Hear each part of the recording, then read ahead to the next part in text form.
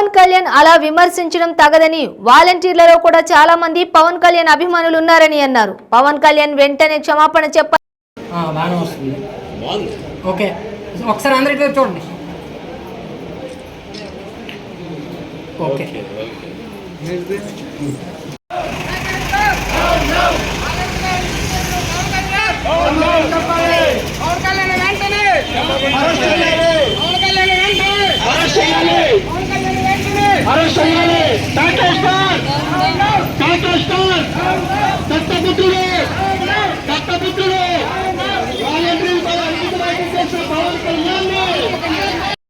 ఇస్తే వాళ్ళు ట్రాప్ చేసి ఎక్కువ వయసులో ఉండే అమ్మాయిని లవ్ చేసి లేదా ఒంటరి మహిళని ట్రాప్ చేసి 36,000 మంది ఆంధ్రప్రదేశ్లో మిస్సింగ్ అయ్యారు.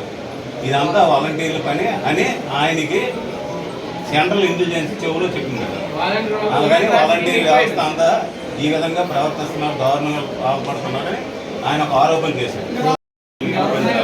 లేదా బహిరంగంగా మాకు క్షమాపణ చెప్పాలి.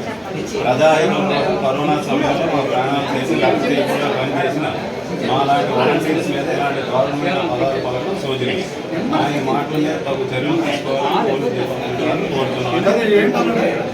కష్టపడి పనిచేస్తున్నాము, అతను అనవసరమైన అనౌచిత వాక్యాలు అని మమ్మల్ని రోడ్డుకి ఎక్కించారు. ఇది కరెక్ట్ కాదు. పవన్ కళ్యాణ్ మాకు క్షమాపణ చెప్పి తీరాలి, బహిరంగంగా క్షమాపణ చెప్పి తీరాలి. Pawan Kalyan Pawan Kalyan Pawan Kalyan Pawan Kalyan down down Pawan Kalyan down down Pawan Kalyan Pawan Kalyan మాకు క్షమాపణ చెప్పాలి. పవన్ కళ్యాణ్ మాకు క్షమాపణ చెప్పాలి.